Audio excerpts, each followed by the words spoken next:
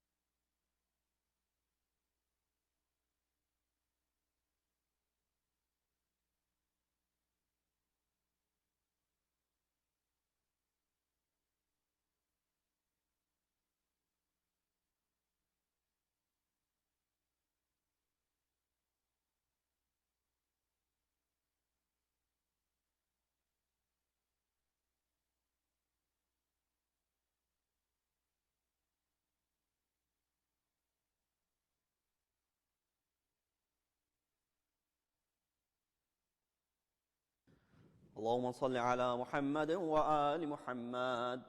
اللهم صل على محمد وآل محمد. اللهم صل على محمد وآل محمد.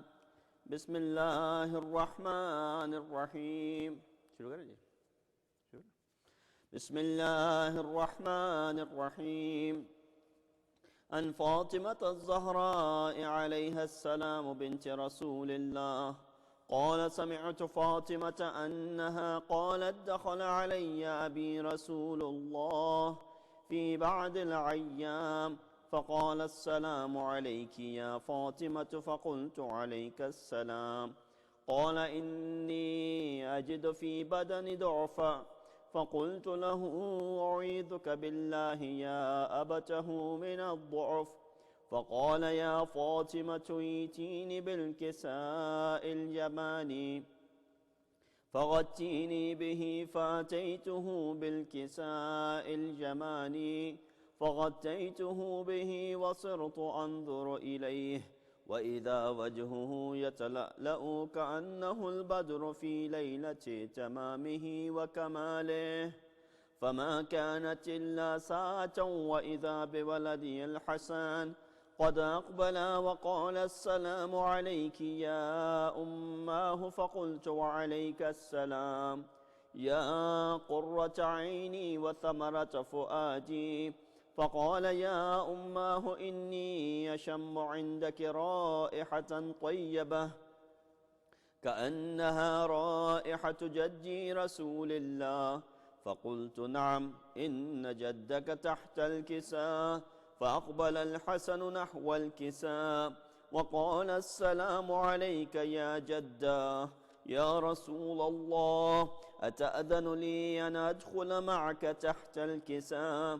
قال وعليك السلام يا ولدي ويا صاحب حوضي، قد أذنت لك. فدخل معه تحت الكساء. فما كانت إلا ساعة وإذا بولدي الحسين قد أقبل وقال السلام عليك يا أماه. فقلت وعليك السلام يا ولدي ويا قرة عيني وثمرة فؤادي. فقال لي يا أماه إني أشم عندك رائحة طيبة كأنها رائحة جدي رسول الله. فقلت نعم، إن جدك وأخاك تحت الكساء. فدنا الحسين نحو الكساء وقال السلام عليك يا جدا، السلام عليك يا من اختاره الله، أتأذن لي أن أدخل معكما تحت الكساء؟ فقال وعليك السلام يا ولدي ويا شافع أمتي، قد أذنت لك. فدخل معهما تحت الكساء. فأقبل عند ذلك أبو الحسن علي بن أبي طالب وقال السلام عليك يا بنت رسول الله. فقلت وعليك السلام يا أبا الحسن ويا أمير المؤمنين. فقال يا فاطمة إني أشم عندك رائحة طيبة كأنها رائحة أخي وابن عمي رسول الله. فقلت نعم، ها هو مع ولديك تحت الكساء. فأقبل علي نحو الكساء وقال السلام عليك يا رسول الله، أتأذن لي أن أكون معكم تحت الكساء؟ قال له وعليك السلام يا أخي ويا وصيي وخليفتي وصاحب لوائي، قد أذنت لك. فدخل علي تحت الكساء. اللهم صل على محمد. ثم أتيت نحو الكساء وقلت السلام عليك يا أبتاه يا رسول الله، أتأذن لي أن أكون معكم تحت الكساء؟ قال وعليك السلام يا بنتي ويا بدعتي، قد أذنت لك. فدخلت تحت الكساء. فلما اكتملن جميعا تحت الكساء أخذ أبي رسول الله بطرف الكساء وأومأ بيده اليمنى إلى السماء وقال اللهم إنا هؤلاء أهل بيتي وخاصتي وحامتي، لحمهم لحمي ودمهم دمي، يؤلمني ما يؤلمهم ويحزنني ما يحزنهم. أنا هرب لمن حاربهم وسلم لمن سالمهم وعدو لمن عاداهم ومحب لمن أحبهم. إنهم مني وأنا منهم، فاجعل صلواتك وبركاتك ورحمتك وغفرانك ورضوانك علي وعليهم وأذهب عنهم الرجس وطهرهم تطهيرا. وقال الله عز وجل: يا ملائكتي ويا سكان سماواتي إني ما خلقت سماء مبنية ولا أرضا مدحية ولا قمرا منيرا ولا شمسا مضيئة ولا فلكا يدور ولا بحرا يجري ولا فلكا يسري إلا في محبة هؤلاء الخمسة الذين هم تحت الكساء. فقال الأمين جبرائيل: يا رب ومن تحت الكساء؟ فقال عز وجل: هم أهل بيت النبوة ومعدن الرسالة، هم فاطمة وأبوها وبعلها وبنوها. فقال جبرائيل: يا رب أتأذن لي أن أهبط إلى الأرض لأكون معهم سادسا؟ فقال الله: نعم قد أذنت لك. فهبط الأمين جبرائيل وقال: السلام عليك يا رسول الله. العلي الأعلى يقرئك السلام ويخصك بالتحية والإكرام ويقول لك: وعزتي وجلالي إني ما خلقت سماء مبنية ولا أرضا مدحية ولا قمرا منيرا ولا شمسا مضيئة ولا فلكا يجور ولا بحرا يجري ولا فلكا يسري إلا لأجلكم ومحبتكم، وقد أذن لي أن أدخل معكم، فهل تأذن لي يا رسول الله؟ فقال رسول الله: وعليك السلام يا أمين وحي الله، إنه نعم قد أذنت لك. فدخل جبرائيل معنا تحت الكساء فقال لأبي: إن الله قد أوحى إليكم يقول: إنما يريد الله ليذهب عنكم الرجس أهل البيت ويطهركم تطهيرا. فقال علي لأبي: يا رسول الله أخبرني ما لجلوسنا هذا تحت الكساء من الفضل عند الله. فقال النبي صلى الله عليه وآله: والذي بعثني بالحق نبيا واصطفاني بالرسالة نجيا، ما ذكر خبر هذا في محفل من محافل أهل الأرض وفيه جمع من شيعتنا ومحبينا إلا ونزلت عليهم الرحمة وحفت بهم الملائكة واستغفرت لهم إلى أن يتفرقوا. فقال علي عليه السلام: إذن والله فزنا وفاز شيعتنا ورب الكعبة. فقال أبي رسول الله صلى الله عليه وآله: يا علي والذي بعثني بالحق نبيا واصطفاني بالرسالة نجيا، ما ذكر خبر هذا في محفل من محافل أهل الأرض وفيه جمع من شيعتنا ومحبينا وفيهم مهموم إلا وفرج الله همه، ولا مغموم إلا وكشف الله غمه، ولا طالب حاجة إلا وقضى الله حاجته.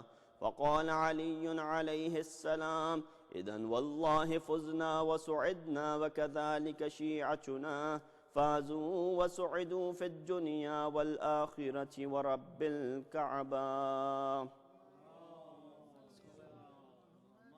لأرواح المؤمنين والمؤمنات فاتحة.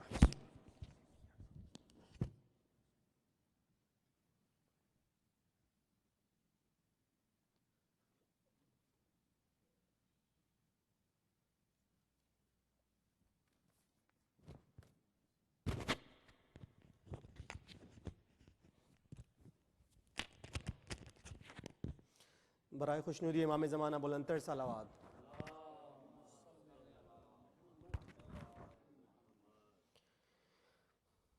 سب سے چھپ کر شرم سے کبرا اپنے بنے کو روتی ہے، سب سے چھپ کر شرم سے کبرا اپنے بنے کو روتی ہے،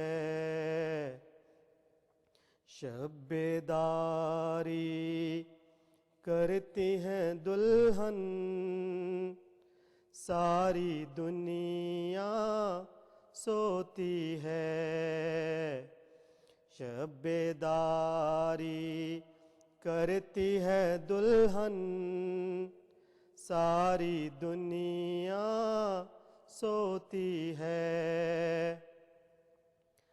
درد و الم کے پھول سجا کر نظر عقیدت کرنے کو، درد و الم کے پھول سجا کر نظر عقیدت کرنے کو، اشک مسلسل کے قطروں سے سوکھی قبر بھگوتی ہے، اشک مسلسل کے قطروں سے سوکھی قبر بھگوتی ہے، ہاتھ میں مہندی ٹکڑے بدن اور خاک پہ لڑیاں سہرے کی، ہاتھ میں مہندی ٹکڑے بدن اور خاک پہ لڑیاں سہرے کی،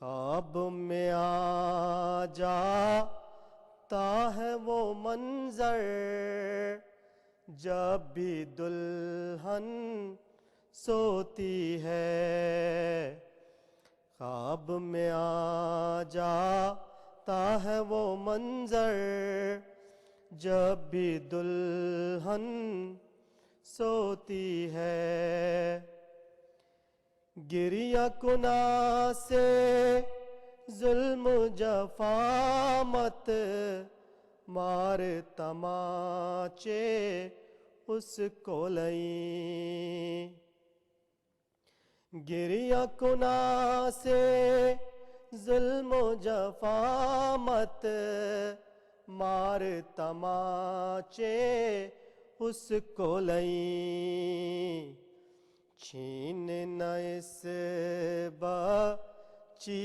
کے گوہر شیر خدا کی پوتی ہے، چھین نہ اس بچی کے گوہر شیر خدا کی پوتی ہے، ایک بہن ننھی سی ہے مضطر باپ چچا کی فرقت سے، ایک بہن ننھی سی ہے مضطر باپ چچا کی فرقت سے، ان کی طرح جو سوتی نہیں ہے رو رو کر جاں کھوتی ہے، ان کی طرح جو سوتی نہیں ہے رو رو کر جاں کھوتی ہے،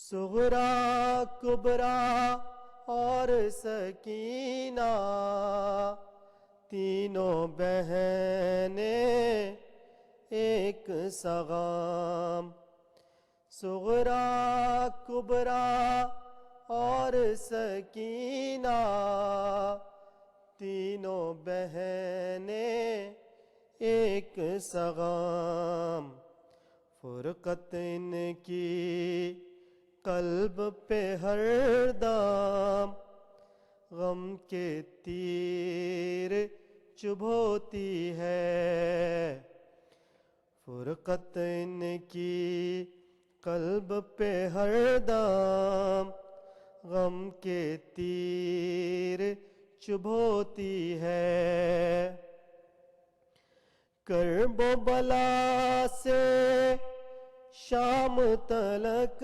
راہوں میں انی سے دی زینب، کرب و بلا سے شام تلک راہوں میں انی سے دی زینب، صبر و صداقت کی مالا میں 64 پھول پروتی ہے، صبر و صداقت کی مالا میں 64 پھول پروتی ہے، سب سے چھپ کر شرم سے کبرا اپنے بنے کو روتی ہے۔ صلوات۔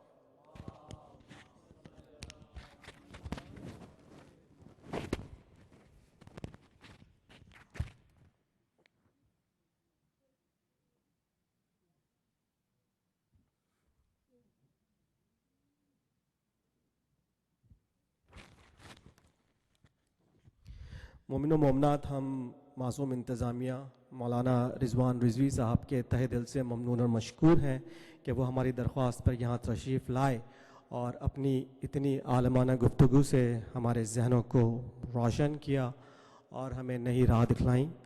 اور اس کے ساتھ ساتھ اب میں مولانا قبلہ رضوان رضوی صاحب سے گزارش کروں گا کہ وہ زیب ممبر ہوں۔ برائے خوشنودی امام زمانہ بلندتر صلوات۔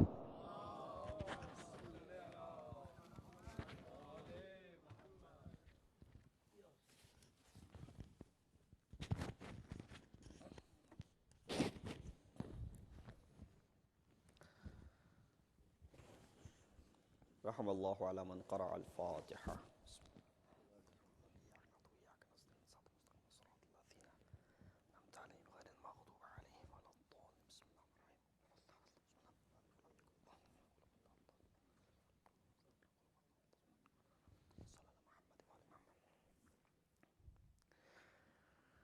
اعوذ باللہ من الشیطان الرجیم، بسم اللہ الرحمن الرحیم۔ الحمد للہ الذی قصرت عن رؤیته ابصار الناظرین وعجزت عن نعته اوہام الواصفین، الحمد للہ رب العالمین، الصلاة والسلام على اشرف الانبیاء والمرسلین، خاتم النبیین ابی القاسم محمد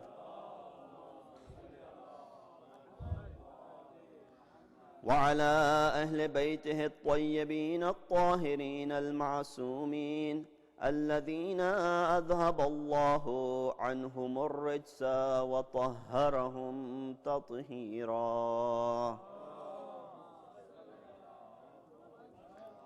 اما بعد فقد قال اللہ تبارک وتعالى وقوله الحق وهو اصدق القائلین، بسم اللہ الرحمن الرحیم، واعتصموا بحبل اللہ جميعا ولا تفرقوا واذكروا نعمة الله عليكم إذ كنتم أعداء فألف بين قلوبكم فأصبحتم بنعمته إخوانا، صدق الله العلي العظيم۔ صلوات۔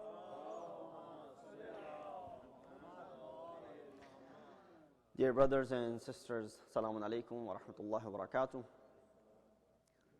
As you know, tonight is the last of the series of majalis which began on Monday under the topic from this verse of Surah Al-Imran, which we've been reciting every single night in front of you under the topic of unity.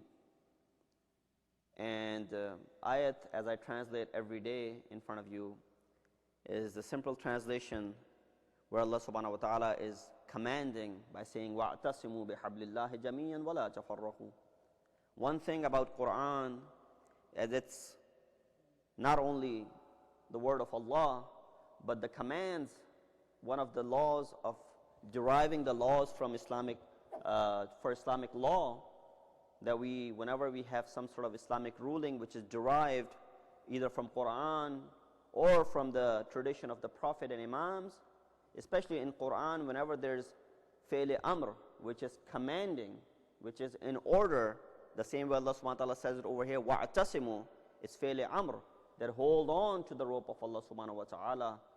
Fi'l amr gives us the meaning of wujub. As it says in Quran, aqim as-salat, that salat is establish the prayer. This aqim, the word which is fi'l amr, is actually giving us the meaning of the wujub of this salat.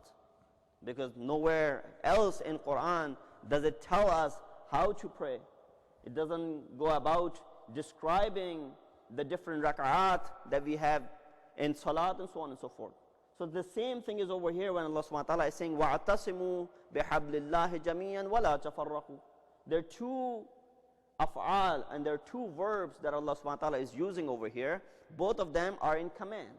He says, hold on to the rope of Allah subhanahu wa ta'ala and do not cause dispute among yourselves. وَاذْكُرُوا نِعْمَةَ اللَّهِ عَلَيْكُمْ. Remember the favors Allah bestowed onto you. إِذْ كُنْتُمْ عَادَاءً, at the time when you were enemies with each other. فَعَلَّفَ بَيْنَ قُلُوبِكُمْ. He united your hearts with His grace. فَأَصْبَحْتُمْ بِنِعْمَتِهِ إِخْوَانًا. Thus you became brothers with the grace of Allah subhanahu wa ta'ala. I've recited this translation every single night, and we've talked about some of the aspects which our mufassirin have discussed as far as the tafsir of this ayah is concerned. Inshallah, we will talk about some of the remaining factors of this ayah tonight and try to conclude this series of majalis that began on Monday with something, inshallah, in conclusion, so we can put it together in a gist at the end. But to start with, there are two main things that I want to talk about tonight. One is the zikr of ni'mat that Allah is doing, and the other thing is to go ahead and point out, again, these are just the things, and nobody should take it from my word, because it will be audacious from my side to be giving nasihat to a crowd like yourself. So this will be jasarat jaise kehte hain, hogi if I was to go ahead and give nasihat. Magar aaj ka viral crowd dekhte hue ki bhi zyada koi youth ka to presence hai bhi nahi, to ho sakta hai main thoda zyada urdu mein guftagoo karun bajaye iske ke English mein. Salawat bheji Muhammad wale Muhammad par. لیکن اگر youth کی presence اور بڑھ گئی بیچ میں انشاءاللہ تو پھر آپ کی اجازت سے دوبارہ میں انگلش کی طرف چلا جاؤں گا. لیکن بہرحال اس کو انگلش اردو مکس ہی چلیں گے تو اس میں کوئی مسئلہ نہیں ہے. یہاں پہ جو دو چیزیں میں نے جیسے فرمائی آپ کے سامنے عرض کی کہ جو ذکر کرنا ہے آج, ایک خود اس تذکرے کا جو خداوند متعال بیان کر رہا ہے جو کہ نعمت کے حوالے سے ہے, اور دوسری چیز جو خداوند متعال نے یہاں پہ بیان کی ہے وہ اختلافات کی چیزیں, جو چیزیں باعث اختلاف بنتی ہیں ان چیزوں کو آپ کی طرف پوائنٹ آؤٹ کرنا ہے. اگین اس لیے میں نے کہا کہ پوائنٹ آؤٹ کرنا ہے, وہ چیزیں پہلے سے معلوم ہیں آپ کو, صرف ان کی طرف نشاندہی کرنی ہے, ان کی طرف اشارہ کرنا ہے. سب سے پہلی چیز اگر اس حوالے سے دیکھا جائے جو ہم کو یونائٹ کرتی ہے, ایک تو زبان بھی یونٹی کا سبب ہے. جس وجہ سے آپ نے مجھ کو انگلش کے لیے یہاں پہ بلایا, یعنی تاکہ بچے ہوں تو بچوں کی بھی سمجھ میں آ سکے, بڑے تو ویسے بھی سمجھتے ہیں انگلش. تو اس کا فائدہ کیا ہو رہا ہے میرے اس انگلش میں تقریر کرنے کا, جو کہ میں آج نہیں کر رہا ہوں لیکن میں اس کے لیے پروپیگیشن کر رہا ہوں. سبب کیا تھا انگلش میں تقریر کرنے کا, تاکہ تمام کے تمام لوگ انگلش سمجھتے ہیں تو اکٹھا ہو جائیں گے. یہ بھی ایک زبان بھی باعث اتحاد بن رہی تھی کہ تاکہ جو بچے یا جو لوگ زبان اردو سے ناآشنا ہیں وہ بھی ان تقاریر سے استفادہ کر سکیں. تو ایک موضوع ایسا آتا ہے کہ زبان باعث اتحاد بن جاتی ہے، لیکن یہی زبان باعث اختلاف بھی ہو سکتی ہے. باعث اختلاف اس طریقے سے ہو سکتی ہے کہ اگر ہم اپنے آپ کو کلاسیفائی کرنا شروع کر دیں کہ بھائی ہم یہ والی مسجد جو ہے وہ اردو اسپیکنگ کے لیے ہے، وہ والی مسجد جو ہے وہ گجراتی اسپیکنگ کے لیے ہے، فلاں مسجد جو ہے وہ پنجابی اسپیکنگ کے لیے ہے، اور فلاں مسجد جو ہے وہ انگلش اسپیکنگ کے لیے. کیا کیا ہم نے آ کے اس کو کلاسیفائی کرنا شروع کر دیا. جب ان چیزوں کو ہم نے کلاسیفائی کرنا شروع کر دیا، یہیں سے یہ ڈسکورڈ اور ڈس یونٹی شروع ہو گئی. بالکل ابتدائی سے اگر آپ اس چیز کو دیکھیں. اور یہ جو قربانی لوگوں نے دی، آپ چاہتے ہیں کہ آپ اردو میں مجلس سن سکیں، آپ چاہتے ہیں کہ آپ جو ہے تذکرہ اپنی زبان میں سن سکیں، لیکن آپ یہ قربانی دے رہے ہیں بچوں کی خاطر کہ بھائی چلو بچوں کو بھی بچے بھی استفادہ کر سکیں اس چیز سے، ان کو بھی اس سے فائدہ کوئی مل جائے اس سے. تو یقیناً یہ بڑوں کی ایک قربانی ہے کہ جس کو وہ اپنی طرف سے درگزر کرتے ہوئے کہ بھائی چلو ہم تو سنتے آتے ہیں سارا سال، کچھ عرصہ بچے بھی سننے سے استفادہ کر سکیں. تو ہر چیز اتحاد والی جو ہوتی ہے اس کے پیچھے قربانی کا ایک عنصر پوشیدہ ہوتا ہے. مثال دوں گا میں آپ کو آپ کے سامنے. تو یہ ایک چیز ہو گئی زبان جو ہم کو یونائٹ کر رہی ہے. دوسری چیز ہو سکتی ہے ایتھنک بیک گراؤنڈ، نژاد. یہ تو ایک زبان ہوئی. دوسرا ریس ہو سکتا ہے، ایتھنیسٹی ہو سکتی ہے، لینڈ ہو سکتا ہے، جہاں سے ہم آئے ہیں. ان چیزوں کی بنیاد پہ یا تو ہم اپنے آپ کو اتحاد اور متحد کر سکتے ہیں، یا ہم اپنے آپ کو مختلف گنوا کے الگ الگ ہو سکتے ہیں. آج کل کی جو کمیونٹیز ہیں نارتھ امریکہ میں زیادہ تر اگر دیکھا جائے تو ڈائیورس کمیونٹیز ہیں. بہت سی جگہوں پہ ایسا جانا ہوتا ہے کہ جہاں پہ عرب بھی ہیں، ایرانی بھی ہیں، اور دوسری نیشنز کے بھی لوگ ہیں، اور وہ سب ایک ہی سینٹر میں شرکت کر رہے ہیں. تو یہ زبان وہ باعث بنتی ہے. حتیٰ میں اپنی مثال دے دوں کہ جب ہم گئے ایران تعلیم حاصل کرنے تو وہاں پہ 70-80 ممالک کے طالب علم وہاں موجود ہیں. اور یہ کوئی ایگزیجریشن نہیں ہے، مبالغہ آرائی نہیں ہے، یہ واقعا وہاں کے آمار ہیں کہ 70 سے 80 ممالک، اب تو شاید ہو سکتا ہے زیادہ ہوں، اتنے ممالک سے بچے وہاں پہ جمع ہیں، تعلیم علم دین حاصل کر رہے ہیں. اب ان سب کو متحد کرنے کے لیے انہوں نے ایک زبان سکھائی، اور وہ فارسی. ایران میں فارسی بولی جاتی ہے، لہذا سب سے پہلے جو طالب علم وہاں جاتا ہے اس کو کیا کرنا پڑتا ہے؟ فارسی سیکھنی پڑتی ہے. فارسی کی وجہ سے کیا ہوا کہ ہم جتنے بھی 70-80 ممالک کے لوگ آئے ہوئے تھے، مختلف زبانوں سے آشنا تھے، ایک زبان نے آ کے ہم کو ایک پلیٹ فارم پہ کھڑا کر دیا، اتحاد ہمارے درمیان قائم کر دیا. صلوات بھیجیے محمد وعلی محمد. تو پہلے میں نے کہا کہ یہ چیز سیکریفائس سے آتی ہے، اور دین کی کوئی سرحد نہیں ہے. دین کی کوئی سرحد نہیں ہے، دین کی کوئی باؤنڈری نہیں ہے. دین کے لیے آپ کو اگر ہجرت کرنی پڑے، اگر آپ کو ایک جگہ اپنے دین پریکٹس کرنے کی اپرچونٹی نہیں میسر ہو رہی ہے، تو یہ آپ کے اوپر واجب ہے کہ آپ ہجرت کریں. یہ نہیں کہ آپ اسی جگہ پہ رہیں اور دین سے اپنے آپ کو ڈپرائیو کرتے رہیں. قرآن کی صاف صاف آیت ہے، سورہ نساء کی آیت نمبر 97 کا اگر مطالعہ کیا جائے، اس میں خداوند متعال فرماتا ہے ان الذین توفاہم الملائکہ ظالمی انفسہم قالوا فیما کنتم قالوا کننا فی الارض مستضعفین یا کننا مستضعفین فی الارض. جب ان لوگوں کی جان لی، توفاہم الملائکہ، ملائکہ نے آ کے، اور یہ وہ لوگ تھے جنہوں نے اپنے نفوس کے اوپر ظلم کیا، تو ان سے پوچھا کہ تم لوگ کہاں تھے؟ کہا ہم لوگ اس دنیا میں مستضعفین تھے. یعنی کیا تھے ہم لوگ اس دنیا میں؟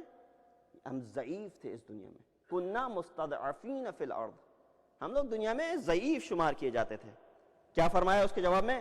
قالوا الم تکن ارض اللہ واسعۃ فتہاجروا فیہا، کیا خدا کی زمین وسیع نہیں تھی کہ تم مہاجرت کر سکو؟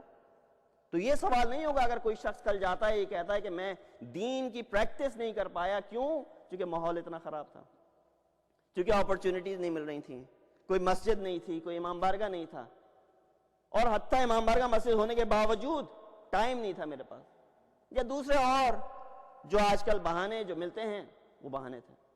لوگ استخارہ دکھواتے ہیں کہ مولانا گھر لینا ہے، استخارہ دیکھ لیں.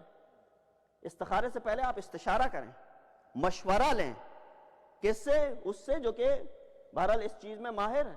ریئل اسٹیٹ ایجنٹ سے پوچھیں یا کسی اور سے پوچھیں کہ بھائی یہ جگہ جو ہے جہاں پہ ہم نے یہ گھر دیکھا ہے یہ کس لحاظ سے اچھی ہے, کس لحاظ سے بری ہے. پہلی چیز جو ٹاپ آف دا لسٹ ہونی چاہیے, یہیں سے پرائیورٹیز انسان کی سمجھ میں آ سکتی ہیں.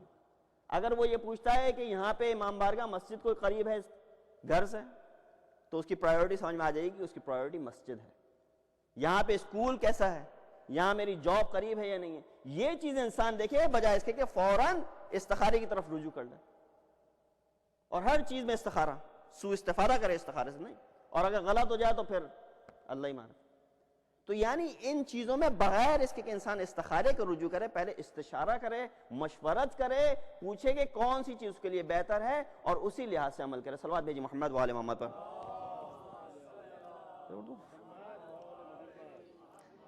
تو یہ آیت ہے قرآن کی, خدا نے کہا کہ فَتُحَاجِرُ فِيهَا أَلَمْ تَكُنْ أَرْضُ اللَّهِ وَاسِعَةً, کیا خدا کی زمین تنگ ہو گئی تھی تمہارے اوپر, وسیع نہیں تھی؟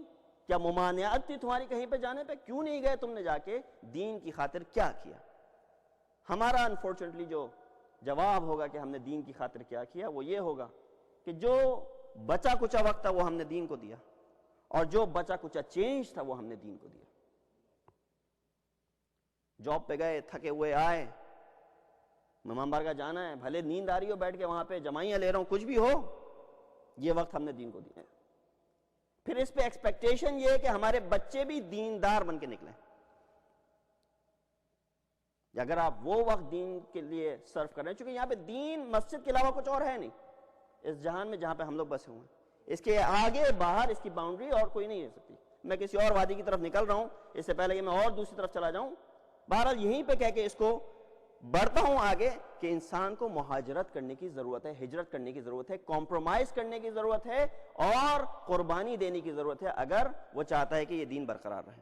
امام علیہ الصلوۃ والسلام, ہمارے امام تیسرے امام حسین علیہ الصلوۃ والسلام نے بھی یہی قربانی دی ہے.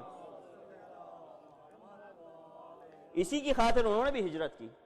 انی لم اخرج اشرا ولا بطرا, اور صاف صاف یہ پہلے سے فرما دیا کہ میرا یہ خروج ہے یہ کسی قسم کے شر کے لیے نہیں ہے, کسی قسم کے طغیان کے لیے نہیں ہے, بطرا کسی قسم کے فساد کے لیے نہیں ہے, اور نہ ہی کسی پہ ظلم کرنے کے لیے ہے میرا یہ خروج. انما خرجت لطلب الاصلاح فی امت جدی, میرا تو خروج صرف اس لیے ہے کہ میں صرف اور صرف اصلاح چاہتا ہوں اپنے جد کی امت میں. اريد ان اامر بالمعروف وانهى عن المنکر, میں صرف اور صرف امر بالمعروف و نہی عن المنکر انجام دینا چاہتا ہوں. واسیر بسیرت جدی وابی, اور چاہتا ہوں کہ اپنے جد اور اپنے والد کی سیرت پہ عمل پیرا ہو سکوں. یہ تھا امام کے خروج کا فلسفہ. لوگ کہتے ہیں کہ امام علیہ الصلوۃ والسلام نے بہت بڑی مسٹیک کی, نعوذ باللہ, جانتے ہوئے بھی اپنے گھر والوں کو اس تہلکے کی طرف لے گئے, ہلاکت کی طرف لے گئے.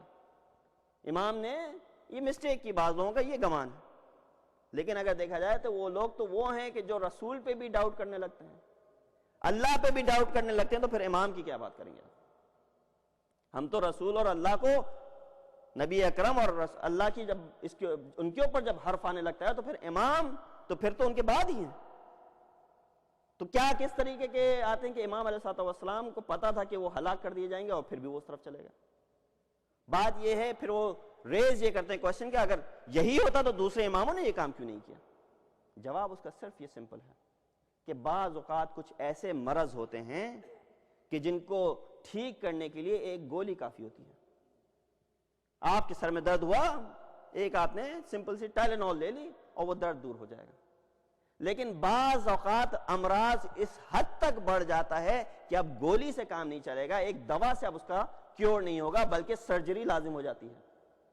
دوسرے اماموں کے دور میں اگر آپ دیکھیں تو مرض اس حد تک نہیں پھیلا تھا کہ ان کو سرجری کی ضرورت پڑتی. انہوں نے میرلی ایک دوا کے ذریعے امت کی اصلاح کر دی. لیکن امام حسین کا جب وقت آیا ہے, خود امام یہ فرماتے, میں نے اس دن پڑھا تھا, علی الاسلام السلام, اسلام کا خدا حافظ, اذ قد بلیت امت, جب امت کے اوپر ایسا شخص برائن مثل یزید, یزید جیسا حکمران اگر آ جائے تو اس اسلام کا السلام ہو جائے گا. خدا حافظ ہے اس اسلام کا. اسی لیے یہ وہ وقت تھا امام حسین کے لیے کہ یہاں پہ ایک دوا سے کوئی اثر نہیں ہونے والا تھا، بلکہ اس اسلام کے لیے سرجری کی ضرورت تھی جو امام علیہ السلام نے اس قربانی کے ذریعے پیش کی۔ صلوات بھیجی محمد و آل محمد۔ ورنہ آپ دیکھیں تو رسول کے اوپر بھی لوگ شک کرتے تھے۔ وہ آیت جو مومنین کی صفات بیان کر رہی ہے، انما المؤمنون الذین آمنوا باللہ ورسولہ، مومنین صرف وہ لوگ ہیں، انما حصر جب لگ گیا ہے، انما سے ہم لوگ خاص کر کے مذہب تشیع والے آشنا ہیں، انما حصر کر دیتا ہے، مومنین صرف وہی ہے جو اس زمرے میں آتا ہے۔ اب جا کے آپ حساب لگا لیجئے کون کون حتیٰ رسول کے زمانے میں مومنوں میں شمار ہوتا تھا۔ فرمایا انما المؤمنون الذین آمنوا باللہ ورسولہ ثم لم یرتابوا وجاہدوا باموالہم وانفسہم، پوری آیت آگے چلتی ہے۔ مومنین وہ ہیں اور صرف وہ ہیں کہ جنہوں نے اللہ پہ ایمان لائے اور جو رسول کے اوپر ایمان لائے۔ بیچ کا یہ پارٹ حذف کر کے آگے کی آیت آپ کو ترجمہ کر دوں، اور جنہوں نے جہاد کیا اپنے مال اور اپنے نفس کے ذریعے۔ بیچ کا وہ کون سا حصہ ہے جو میں نے حذف کیا؟ دل ہے، وہی مرکز ہے، وہی سب سے امپورٹنٹ چیز ہے مومن کو غیر مومن سے پہچاننے کے لیے۔ کہا ایمان لانے کے بعد سے ثم لم یرتابوا، ایک سیکنڈ کے لیے بھی نبی اور اللہ کے اوپر کوئی ڈاؤٹ نہیں کرتے۔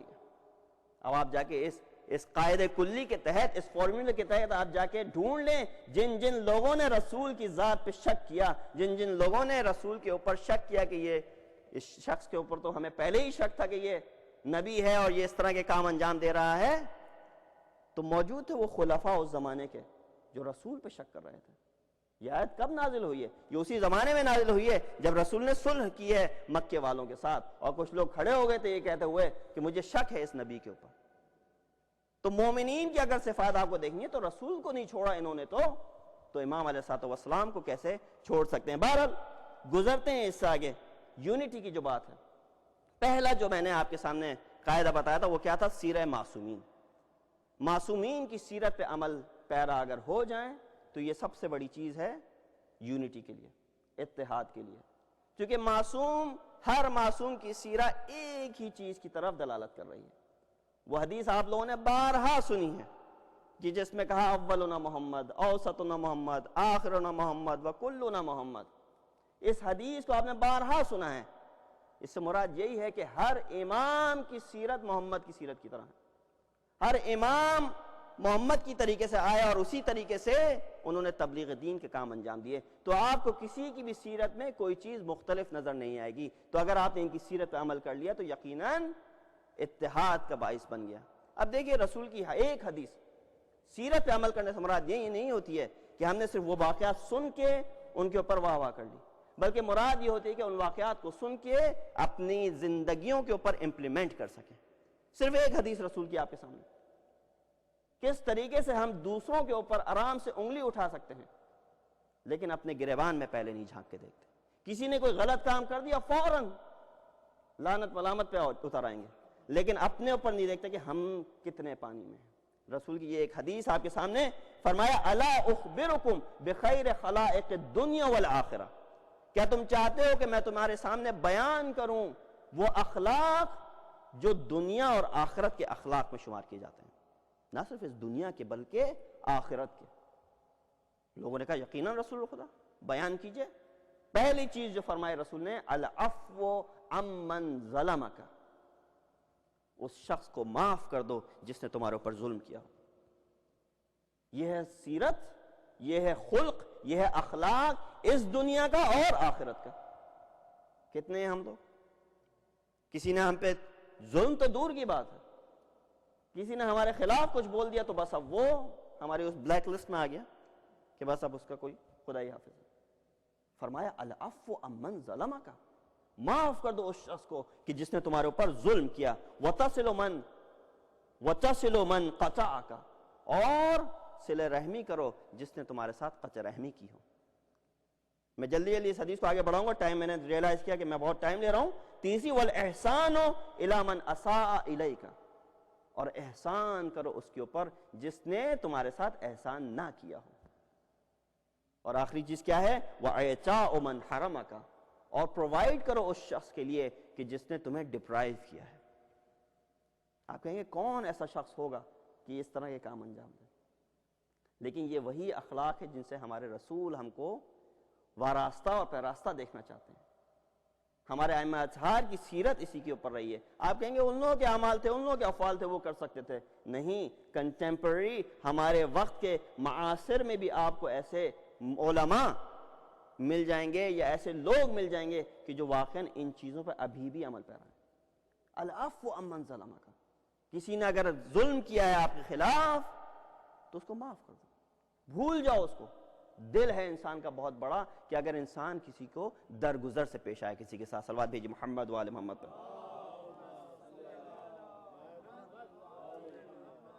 ہم اچھے کام تو کرتے ہیں. کسی نے مراجع سے جا کے جب پوچھا کہ کوئی نصیحت کی جائے تو کہا کہ واجبات کو انجام دو اور محرمات سے پرہیز کرو. وہ گئے تھے یہ سمجھ کے کہ کوئی خاص نصیحت کریں گے، کوئی لمبی چوڑی حدیث بیان کریں گے، کوئی تزکیہ نفس کے بارے میں کوئی بات کریں گے. انہوں نے کہا صرف واجبات انجام دو اور حرام سے پرہیز کرو. یہ سن کے اٹھ کے آ گئے. بعد میں جب غور کیا تو پتہ چلا کہ یہی سب سے زیادہ مشکل ہے، واجبات کو انجام دینا اور محرمات سے پرہیز کرنا. یہی سب سے مشکل چیز ہے. اگر ہم نے یہی کر لیا تو یہی کافی ہے ہمارے لیے. یعنی ان کے کہنے کا یہ مقصد تھا کہ ہم یہی نہیں کر پا رہے ہیں، ابھی مستحب اور مکروہ تک تو بعد کی بات ہے، واجب اور حرام کو تو ٹیکل کر لو پہلے. بہت سے لوگ ہیں واجبات انجام دے رہے ہیں لیکن اس کے ساتھ ساتھ حرام بھی انجام دے رہے ہیں، اور نہ جانتے ہوئے.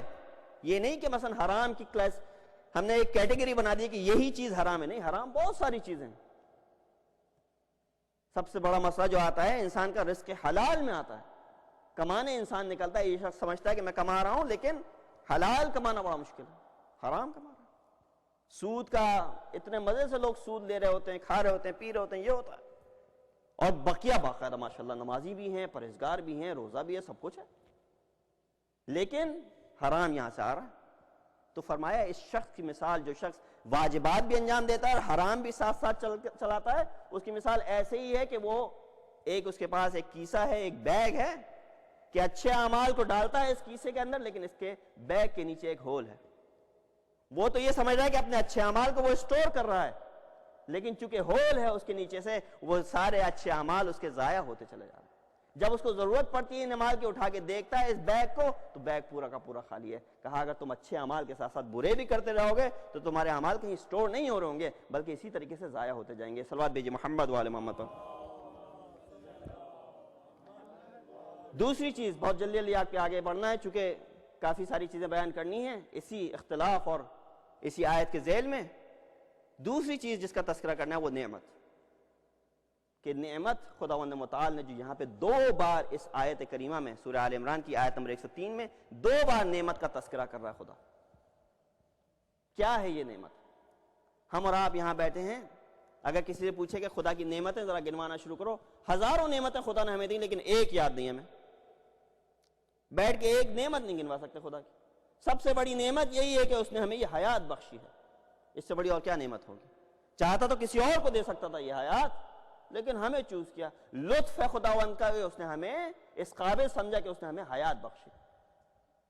کچھ نعمتیں مادی ہیں، کچھ نعمتیں معنوی ہیں.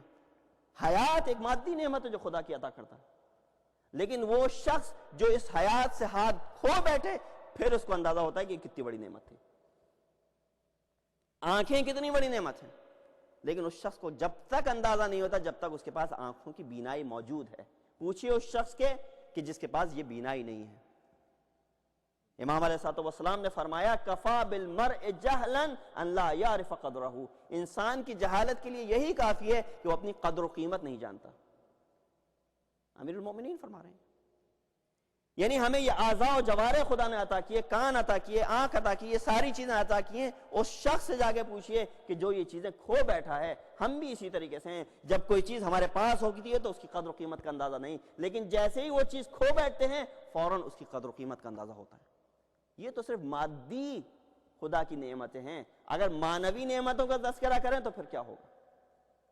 کوئی شخص اپنی عقل کھو بیٹھتا ہے، حافظہ کھو بیٹھتا ہے. صبح اٹھیں، فرض کیجئے صبح اٹھے آپ کا حافظہ آپ کھو بیٹھے ہیں، عقل کھو بیٹھے ہیں، نہ آپ اپنے باپ کو پہچانتے ہیں، نہ اپنی ماں کو پہچانتے ہیں، نہ اپنے گھر والوں کو پہچانتے ہیں. یہ تک نہیں پتا کہ رہتے کہاں ہیں. کیا مصیبت ہو جائے گی زندگی. لیکن اس چیز کا اندازہ صرف اسی وقت ہو سکتا ہے کہ جب اس چیز کو انسان ہاتھ سے کھو بیٹھے. خدا نہ کرے کہ کوئی ہاتھ سے کھو بیٹھے, اس سے پہلے ہمیں اس چیز کی خیال آ جائے کہ یہ چیزیں کتنی مہم ہیں. سوچے بیٹھ کے کہ خدا نے کیا کیا نعمتیں عطا کی ہیں. یہ تو صرف مادی نعمتوں کا تذکرہ ہے. اب آئیے مانوی نعمتوں کی طرف. مادی نعمت کا کیا ہے؟ مانوی نعمتوں کی طرف آئیے. سب سے بڑی مانوی نعمت کیا ہے؟ معرفت خدا. کہ ہمیں اس خدا کی کم از کم معرفت تو ہے. دنیا میں ایسے ایسے لوگ بسے ہیں کہ جو ابھی تک کہ اس کی معرفت ہی نہیں ہے.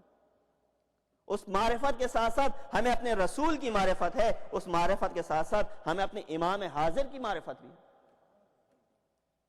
من مات ولم یعرف امام زمانہ مات میتۃ جاہلیہ. جو شخص مر گیا اور اپنے امام زمان کو نہ پہچانا, ایسی موت جیسے جاہلیت کی موت مرا. تو یہ سب سے بڑی نعمت ہے کہ ہم اپنے کم از کم امام وقت کو تو پہچانتے ہیں. لیکن معرفت امام سے مراد یہ نہیں ہے کہ ہم ان کے نام, شجرہ, نسب کو جانتے ہوں. یہ پتہ ہے کہ وہ کس کے فرزند ہیں, یہ پتہ ہے کہ وہ کب پیدا ہوا, ان کی غیبت صغرا میں وہ کتنے عرصے رہے, غیبت کبریٰ میں وہ کب گئے. یہ صرف کافی نہیں ہے معرفت کے لیے, بلکہ معرفت امام کے لیے یہ ہے کہ انسان ہر وقت تیار ہو. کچھ جو دلائل پیش کیے جاتے ہیں کہ غیبت کا کیا فلسفہ ہے. غیبت کا سب سے بڑا فلسفہ یہ ہے کہ انسان person should be on his toes. ہر وقت ریڈی ہو, ہر وقت آمادہ ہو. جیسے موت کا کسی کو نہیں پتا کہ موت کب آنے والی ہے, اس لیے ہر وقت اپنے نامہ اعمال کو صحیح کر کے سوئے انسان, توبہ کر کے سوئے انسان.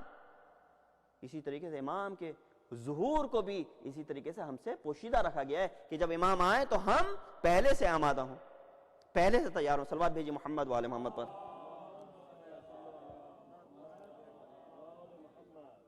تو نعمت ہے یہ خداوند متعال کی. لیکن ہم مادی نعمتوں میں پڑے ہوئے. اگر مادی نعمتیں معیار ہوتی, صلوات بھیجی محمد وآل محمد.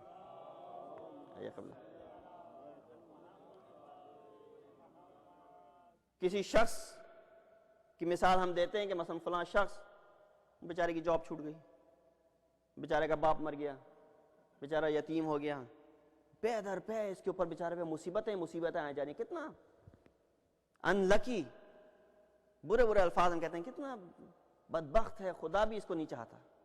اگر یہی معیار ہوتا, یہ جو مادی چیزیں ہم دیکھ رہے ہیں, اگر یہی معیار ہوتا خدا کے, تو پھر سب سے, اگر میں اب یہ لفظ یوز کر رہا ہوں, اگر بدبختی کا اگر معیار یہی ہوتا تو نعوذ باللہ ہمارا رسول سب سے زیادہ اس معیار پہ اترتا ہے.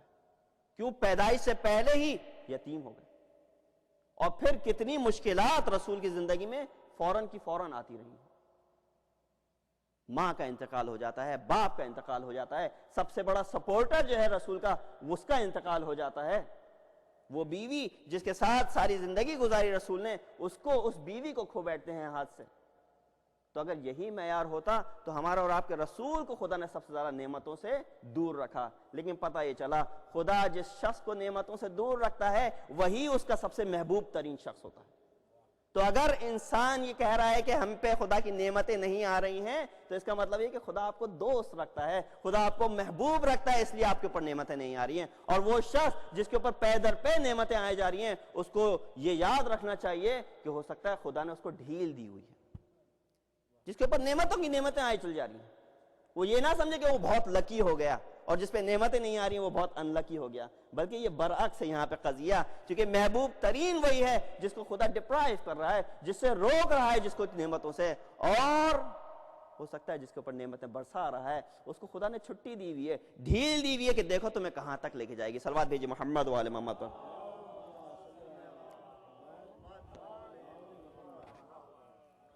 لیکن اگر آپ دیکھیں, اس میں بھی وحدت کا اگر پہلو دیکھا جائے, خدا نے اتنے اسکرپچرز بھیجے, اتنے انبیاء بھیجے, اتنے ائمہ بھیجے, لیکن سب کے سب ایک ہی سمت لے جانے کے لیے آئے. 12 امام ہیں لیکن سب کا میسج ایک ہے. 1,24,000 انبیاء ہیں لیکن سب کا میسج ایک ہے. خدا کے اسماء الہی ہیں, مختلف اسماء الہی ہیں, لیکن خدا کی ذات وہی ہے. تو وجود اور وحدت ہر چیز میں آپ کو نظر آئے گی. اور یہ جو ریسمان, یہ جو رسی ہے خدا کی, روپ جس کے اوپر ہم تذکرہ کر رہے ہیں, حبل اللہ کا جس کا تذکرہ کیا ہے, اور اس کے ذیل میں فرمایا کہ جو تفاسیر میں آیا ہے, حبل سے مراد اسلام, حبل سے مراد امام, حبل سے مراد نبی، حبل سے مراد یہ خود دین جو خداوند متعال کا ہے. یہ اس کی تفسیر میں آیا کہ حبل سے مراد یہ چیزیں ہیں اور کوئی چیز نہیں ہے. تو اسی سے تمسک کرو، اسی کو ہولڈ کر کے رکھو، اسی کو زور سے تھام کے رکھو. اور یہ رسی کی مثال آپ کو ہر شعبے میں ملے گی. یعنی وہ جب بچہ رحم مادر میں ہوتا ہے، اس کی جو واحد سورس ہے آکسیجن اور نورشمنٹ کی، جو کنیکٹ ہوتی ہے ماں کے بطن سے اور بچے کے اسٹمک سے جو کنیکٹ ہوتی ہے پلاسینٹا کے تھرو، امبلیکل کورڈ ہے. یہ وہ امبلیکل کورڈ ہے جس کے تھرو اس بچے کو آکسیجن اور کیا نام ہے نورشمنٹ مل رہی ہے. اور جب وہ پیدا ہوتا ہے تو یہ کاٹ دی جاتی ہے اور ایک اسٹمپ ڈرائی ہو جاتی ہے. بالفرض اگر یہ چیز رک جائے، اسی روپ کے ذریعے خدا نے دونوں کو متحد کیا ہوا ہے. اور یہ اتحاد آپ کو پھر بعد میں بھی باہر جا کے ملے گا.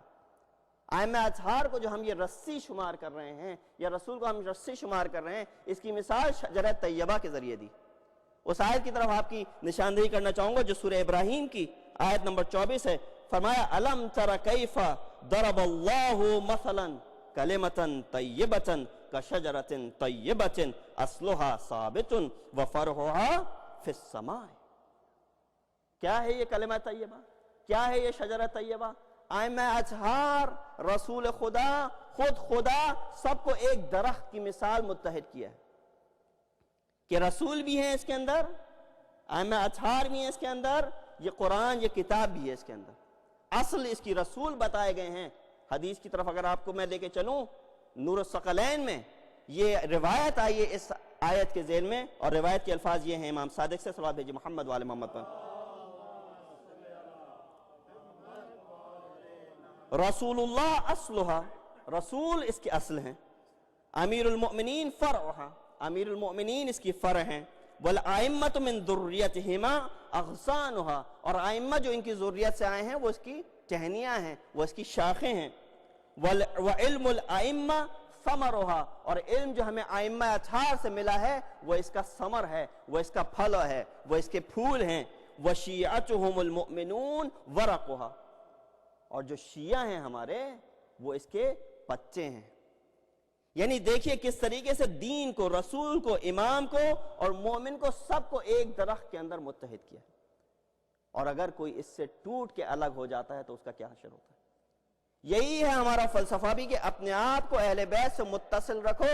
جس شخص نے اپنے آپ کو اہل بیت سے دور کر لیا، جن لوگوں نے اس وقت امام حسین سے دوری کی وہ آج نیست و نابود ہیں، لیکن جن لوگوں نے اپنے آپ کو امام حسین سے متصل رکھا آج بھی ان کا نام روشن ہے. صلوات بھیجی محمد وآل محمد پر. تو جتنی زیادہ اس کے اندر سٹرینڈز ہوں گی، جتنی زیادہ تھریڈز ہوں گی اس رسی کے اندر، اتنی ہی زیادہ یہ رسی سٹرونگ ہوگی، تاکہ لوگوں کو اس کنویں سے باہر نکال سکے، لوگوں کو اس ظلمت سے باہر نکال سکے. وہ لطیفہ بہرحال پڑھتا نہیں، لیکن وہ واقعہ یقیناً جو کہ مفروضہ ہے، یقیناً آپ لوگوں نے سنا ہوگا کہ قیامت میں 3 کنویں ہیں. ایک کنواں مسلمانوں سے منسوبے، ایک یہودیوں سے، ایک عیسائیوں سے. اور جب دیکھا ایک شخص نے تو کیا دیکھا کہ عیسائی اور یہودی کے کنویں کے اوپر تو گارڈز ہیں، لیکن مسلمان کے کنویں پہ کوئی گارڈ نہیں. جب اس کی وجہ دریافت کی تو پتہ یہ چلا کہ یہودی اور عیسائی اس کنویں سے باہر نکلنے کی کوشش کرتے ہیں ایک دوسرے کی مدد کر کے، تو اس لیے گارڈز کو رکھا گیا کہ تاکہ ان کو دوبارہ نیچے دھکیل سکے. کہا مسلمان کو کیوں اتنا چھوڑا ہوا خالی؟ کہا مسلمان ایک دوسرے کی مدد کرتا ہے، تیسرا اس کی ٹانگ کھینچ لیتا ہے، تو پھر کسی گارڈ کی ضرورت ہی نہیں ہے کہ وہاں پہ اس کو رکھا جائے. تو یہ مثال ہے صرف تاکہ ہم اس سے لیسن حاصل کر سکیں، اس سے عبرت کر سکیں کہ یہ کیوں کہا جا رہا ہے مسلمانوں کے بارے میں کہ عدم اتحاد ہے ان کے درمیان. اور پھر دوسری ایک اور مثال جو دی جاتی ہے اسی کے ذیل میں، کہ ایک مشہور و معروف ہمارے عالم دین جو گزرے ہیں، جن کی کتاب آج تک حوض علمیہ میں تدریس کی جاتی ہے، شیخ مرتضیٰ انصاری، کتاب مقاصد ان کی آج تک حوض علمیہ میں تدریس کی جاتی ہے. ان کے بارے میں ملتا ہے کہ ایک شخص نے ان کے زمانے میں خواب دیکھا، اور خواب میں کیا دیکھا؟ اس نے خواب میں شیطان کو دیکھا، اور شیطان کے پاس اس نے کئی طریقے کی رسیاں دیکھی، کوئی موٹی، کوئی چھوٹی، کوئی لمبی، کوئی پتلی، بے تحاشا. سوال کیا اس نے شیطان سے کہ ان رسیوں سے تو کیا کرتا ہے؟ کہا ان رسیوں کے ذریعے میں لوگوں کو اپنی طرف گھسیٹتا ہوں اور وسواس کرتا ہوں. دیکھا اس نے ایک موٹی سی رسی تھی جو ٹوٹی پڑی تھی. کہا یہ کس کی رسی ہے؟ کہا یہ شیخ مرتضی انصاری کے لیے تھی.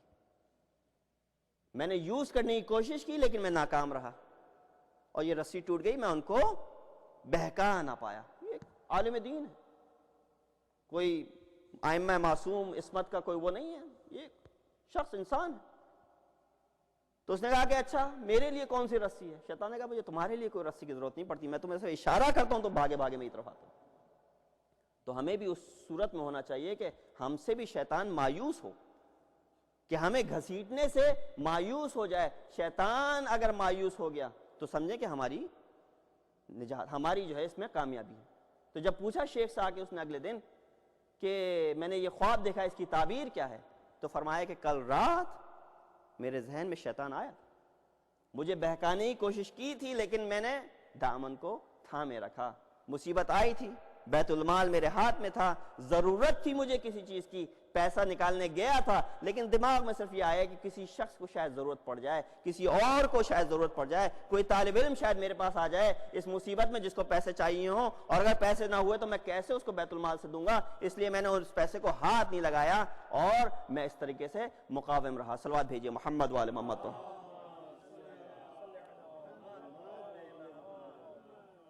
نماز بھی اسی رسی کا نام ہے, عبادت بھی اسی رسی کا نام ہے. یہ مجالس ہیں, یہ مجالس جو ہو رہی ہے یہ بھی اسی رسی کا نام ہے. یہ امام کی مجالس ہے, امام کا تذکرہ ہے. لیکن جو مصیبت ہم نے کر لی ہے وہ یہ ہے کہ ہم نے اس کو ہدف بنا لیا. یہ صرف وسیلہ ہے خدا تک پہنچانے کا. خود رسول اور ائمہ بھی وسیلہ ہیں خدا تک پہنچنے کے, ہم نے ان کو ہدف بنا کے بیٹھ گئے اپنا. خود فرمایا خدا نے کہ اے رسول انک لا تہدی من احببت ولکن اللہ یہدی من یشاء, کہ آپ کسی کی ہدایت نہیں کرتے جس کو آپ چاہیں بلکہ خدا ہدایت کرتا ہے. رسول صرف راستہ دکھانے کے لیے آئے ہیں لیکن راستے مختلف ہیں. ہدایت کی جو اگر بات آ گئی ہے تو دو طرح کی ڈویژنز ہدایت کے کیے ہیں, ایک ارایت الطریق, دوسرا ایصال المطلوب. ارایت الطریق یعنی جیسے کسی کو ڈائریکشن دینا. کوئی شخص آ رہا ہے, پوچھا کہ میں معصوم آنا چاہتا ہوں, مجلس ہے وہاں پہ, تو آپ نے اس کو ڈائریکشن دے دی. اب ڈائریکشن میں کچھ کمی بیشی ہو سکتی ہے, وہ شخص بھٹک سکتا ہے, کہیں ڈٹور مل گیا, کہیں کچھ ہو گیا, بہرحال وہ شخص بھٹک گیا. یہ ہو گئی ڈائریکشن دینا, ارایت الطریق, صرف طریقہ آپ نے بتا دیا. ایصال المطلوب کیا ہے؟ آپ نے کہا میں بھی وہیں جا رہا ہوں, پچھلے 20 سالوں سے جا رہا ہوں, میں بھی وہیں جا رہا ہوں, آپ مجھ کو فالو کرتے رہیے نا. اب اس طریقے میں کوئی کسی قسم کا فلو نہیں ہے کہ یہ شخص جانتا ہے راہ کو بخوبی. بس ائمہ اطہار کا راستہ بھی وہی ایصال المطلوب والا راستہ ہے کہ وہ اگر آپ نے ان کے راستے کو اپنا لیا تو یقیناً آپ وہاں پہ پہنچیں گے اور بغیر بھٹکے ہوئے وہاں پہنچیں گے. صلوات بھیجیے محمد والے محمد. تمام چیزوں کو میں چھوڑتا ہوا آگے بڑھ رہا ہوں. نماز بھی اسی رسی کا نام ہے, اسی عبادت, یہ عبادت بھی اسی رسی کا نام ہے. اگر ہم چاہتے ہیں کہ ہمارے بچے بھی عبادت گزار ہوں تو جس چیز کی ہم امپورٹنس دیں گے, جس چیز کی ہم اہمیت دیں گے اپنے گھر میں, وہی چیز پریویل کرے گی. گھر میں آپ نے نماز کی اہمیت نہیں دی تو بچوں کے اوپر بھی نماز کی اہمیت اجاگر نہیں ہوگی. آپ نے کہا بھی تو ٹائم پڑا ہے, بہت پڑھتے رہیں گے بعد میں, تو بچہ بھی یہی سوچے گا کہ ٹھیک ہے جب باپ ڈیلے کر رہا ہے, ماں ڈیلے کر رہی ہے, تو میرے ڈیلے کرنے میں کیا جا رہا ہے. اسی طریقے سے آپ نے کسی اور چیز کی امپورٹنس دی گھر کے اندر تو وہ چیز بچوں کے سامنے زیادہ امپورٹنس کی حامل ہو جائے گی.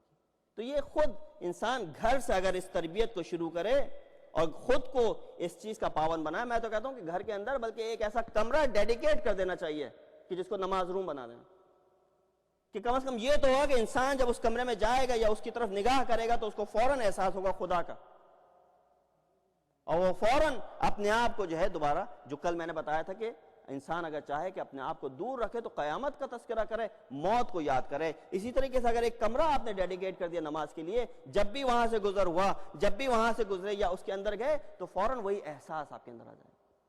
تو یہ چیز ایک ہے, سائیکولوجیکل افیکٹ اس کا یقیناً ہوتا ہے, لیکن ڈیپینڈ کرتا ہے کہ آپ اس کو کتنی اہمیت دیں. جو اس کو زیادہ اہمیت دے گا وہ شخص دیکھے گا کہ اس کے ریزنز بھی سامنے آئیں گے. نماز بیسیکلی کیا ہے؟ صلاۃ منقول ہے، دعا کے معنی تھے، بعد میں نماز کے معنی میں، اسلام کے بعد سے نماز کے معنی میں استعمال ہونے لگا. عبادت، اس خاص عبادت کا نام صلاۃ رکھا گیا. تو صلاۃ، نماز جنازہ کو دیکھ لیجیے، کیا ہے؟ بیسیکلی دعا مانگی جا رہی کسی کی. نماز ہے لیکن دعا کی شکل میں ہے، اسی لیے اس کے اندر طہارت کی شرط نہیں ہے. ہو تو اچھا ہے، وضو سے آئے انسان اچھا ہے، لیکن شرط نہیں ہے، واجب نہیں ہے. لیکن کیا ہے؟ یہ بیسیکلی دعا ہے. کس طرح کی دعا ہے؟ اس کے اندر خود ہم دعا مانگ رہے ہوتے ہیں، اللہم لا نعلم منہ الا خیرا. یہ شخص جو ہمارے سامنے مر گیا ہے، خداوند ہم اس کے بارے میں سوائے خیر کے کچھ نہیں جانتے. آپ کہیں گے یہ تو جھوٹ ہے، کل تک تو جانتے تھے یہ شخص کیا کیا کرتا رہا. کہا مرنے کے بعد سے پردہ پوشی ہے. یہ بھی اختلاف کو دور کرنے والی بات ہے. کس طریقے سے آپ نے اس کے عیبوں کے اوپر پردہ رکھا. خدا سے آپ کیا درخواست کرنا؟ خدا کیا نہیں جانتا اس بات کو؟ لیکن آپ نے اختلاف کو دور کرنے کے لیے آپ نے اس کے ستار و عیوب، خدا ہے، آپ بھی اسی خلق پہ عمل کرتے ہوئے آپ کیا کر رہے ہیں؟ اس کے برائیوں کے اوپر پردہ رکھ رہے ہیں. بس ایک حدیث یہاں پہ آپ کے سامنے بتاؤں کہ وحدت دوسروں کے گناہوں کے اوپر پردہ ڈالنے سے بھی حاصل ہوتی ہے. کسی نے کوئی غلط کام کیا، اس کو چھپاؤ، کور کرو. چھٹے امام جعفر صادق علیہ الصلوۃ والسلام سے ایک حدیث ہے کہ جس میں وہ حضرت عیسیٰ سے نقل کر رہے ہیں. اب امام کو کیا ضرورت ہے حضرت عیسیٰ کا نام لینے کی؟ امام اگر خود اپنا کہیں گے بھئی میں یہ حدیث کہہ رہا ہوں تو ہم اس کو لے لیں گے. لیکن یہاں پہ یہ بات واضح ہوئی کہ اگر آپ کسی سے کوئی چیز لیں تو اس کا نام ضرور لے لیں، اس کو اس کا کریڈٹ ضرور پہنچا دیں. یہ نہیں کہ میری طرف سے یہ چیز، یہاں پہ تو یہ بہت بڑا کرائم ہے. بلکہ اگر آپ کسی کا نام لیں اور اس کا جو ہے وہ کسی کا کوئی چیز کوڈ استعمال کریں اور اس کا نام نہ لکھیں، تو یہاں پہ تو یہ قانون بھی ہے. ہم نے اس قانون کو نہیں اپنایا، دوسروں نے اس قانون کو اپنا لیا. تو امام حضرت عیسیٰ کا نام لے رہے ہیں کہ حدیث ہے عیسیٰ کی. کیا فرمایا حضرت عیسیٰ نے؟ اپنے کمپینینز کے ساتھ بیٹھے ہوئے تھے. انہو قال یا ابن جندب ان عیسیٰ ابن مریم قال لاصحابہ، اپنے اصحاب سے فرمایا ارأیتم لو ان احدکم مر باخیہ، اگر تم میں سے کوئی ایک اپنے برادر دینی کے پاس سے گزرے، فرآ ثوبہ، اور دیکھے کہ اس کا جو لباس ہے قد انکشف عن بعض عورتہ. مثلا یہ چیز یہاں پہ تو نہیں ہے اپلیکیبل، لیکن بہرحال یہ چیز اپلیکیبل ہے. جب آپ جاتے ہیں کہیں زیارت پہ گئے، آپ حرم میں ہیں، اب گئے انسان زیارت کے لیے ہفتے بھر کے لیے، کیا جا کے ہوٹل میں آرام کرے؟ اس نے کہا میں وہیں پہ آرام کر لیتا ہوں، حرم میں ہی تھوڑی دیر کا نیند لے لیتا ہوں، دوبارہ پھر عبادت کرنے کے لیے آنا ہے، کیوں میں ٹائم ضائع کروں، ایک ہفتے کے لیے تو آیا ہوں. تو یہ چیز دیکھنے میں آتی ہے کہ انسان جب زیارتوں پہ جاتا ہے یا مکہ جاتا ہے، مدینہ جاتا ہے، تو وہیں پہ تھوڑی بہت آرام کے لیے لیٹ جاتا ہے. مسجد ہے بہت بڑی، لیٹے ہوئے ہیں آپ، آرام کر رہے ہیں، پتہ نہیں چلا انسان کو سوتے ہوئے اس کا لباس ادھر سے ادھر تھا. حضرت عیسیٰ یہ مثال دے رہے ہیں کہ اگر تم اپنے کسی بھائی کے پاس سے گزرے، دیکھا وہ سو رہا تھا یا لیٹا ہوا تھا یا غافل تھا، اور انکشف بعض عورتہ، اور اس کے بعض پرائیویٹ پارٹس ایکسپوز تھے، یا اس کا جو ہے لباس ہٹا ہوا تھا اور تم نے وہ دیکھا. سوال یہاں پہ حضرت عیسیٰ نے یہ کیا اکان کاشفا عنہا کلہا، کیا تم اس کو پورے کو اور کھول کے رکھ دو گے؟ ام یرد علیہ من کشف علیہ منہا، یا تم اس کو پلٹا دو گے، یا اس کو ڈھانپ دو گے، یا اس کو ڈھک دو گے؟ قالو، سب نے فرمایا بل نرد علیہ، یقیناً اگر ہم نے دیکھا کہ کسی بھائی کا یا کسی بھی شخص کا اگر کوئی پرائیویٹ پارٹس اس طریقے سے ایکسپوز ہوا ہے تو ہم اس کے اوپر پردہ رکھ دیں گے، اس کو چھپا دیں گے. حضرت عیسیٰ کیا فرماتے ہیں؟ قالا کلا بل تکشفون، نہیں تم ایسا یقیناً نہیں کرو گے بلکہ تم اس کو مزید ایکسپوز کر دو گے. اس وقت ان لوگوں کو یہ سمجھ میں آیا کہ انہو مثل ضرب لہم، کہ یہ ایک مثال ہے جو حضرت عیسیٰ ان کے لیے رکھ رہے ہیں. کیا مثال؟ مثال یہ ہے کہ ہم اور آپ روزانہ یہ کام کرتے ہیں کہ کسی شخص کی اگر ہمیں برائی پتہ چل گئی تو اس شخص کی برائی کو ہم مزید اچھالتے ہیں اور ایکسپوز کرتے ہیں. اس کی برائی کو مزید ایکسپوز کرنے کا نام ہی یہی ہے کہ اگر آپ اس کے پاس سے گزرے اور اس کا لباس ہٹا ہوا تھا، آپ نے مزید اس کے لباس کو اور کشف کر دیا. تو سمجھ میں آ گئی ان کے کہ یہ ایک مثال تھی جو حضرت عیسیٰ دے رہے ہیں.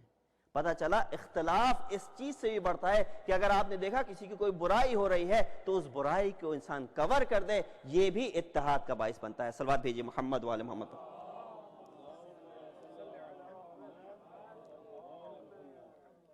وحدت کے ذرائع بس آپ کے سامنے جلدی جلدی پیش کروں اور آپ کی زحمت تمام۔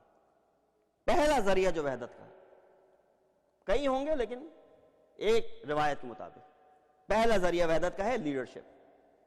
لیڈرشپ بہت ضروری ہے۔ ایک قائد کے نیچے جب انسان مجتمع ہو جائے، جمع ہو جائے، تو یہ بھی وحدت کا نام ہے۔ اور یہ لیڈرشپ اگر ڈیوائن ہو تو اور اس کی کیا بات ہے۔ ائمہ کی شکل میں ہمیں یہ ڈیوائن لیڈرشپ ملی۔ ہمارا اور آپ کا 12واں امام ہم پردہ غیب میں ہے لیکن موجود ہے، اور یہ جو مراجع ہیں یہ نائب امام، اگر ہم ان کو تصور کرتے ہیں تو ان کے پاس بھی وہی ڈیوائن لیڈرشپ ہے، تو اختلاف کی کوئی ضرورت نہیں ہے۔ آگے اس کے میں آگے نہیں بول سکتا مجتہدین کے بارے میں، اور کیا بولوں۔ دوسری چیز ماڈریشن، میانہ روی سے کام لینا۔ خود امیر المومنین فرماتے ہیں لا تر الجاہل الا مفرطا او مفرطا، کہ تم کوئی جاہل نہیں دیکھو گے سوائے اس کے کہ وہ یا ایک ایکسٹریم پہ ہوگا یا اس ایکسٹریم پہ ہوگا، یا افراد کرے گا یا تفرید کرے گا۔ خود امیر المومنین نے اپنے بارے میں یہ فرمایا ہلک فی رجلان محب غال و مبغض قال، میرے اوپر دو طرح کے لوگ ہلاک ہو گئے، وہ جس نے اتنی محبت کی کہ غالی ہو گیا، اور جس نے اتنی نفرت کی کہ بغض میں اتر آیا میرے، دونوں ہلاک ہیں امام نے کہا۔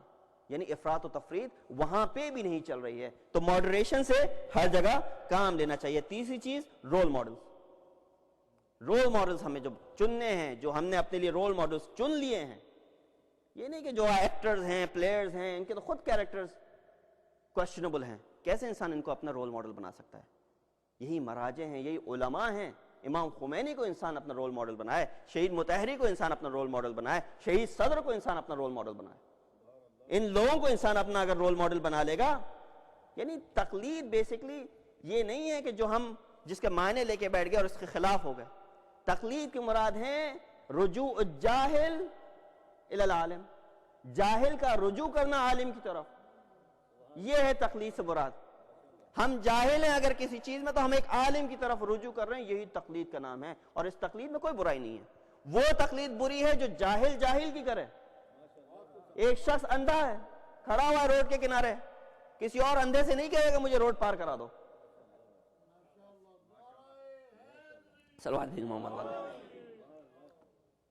تو یہ تقلید سے مراد یہی ہے کہ انسان جاہل عالم کی طرف رجوع کر رہا ہے، یہ ہے۔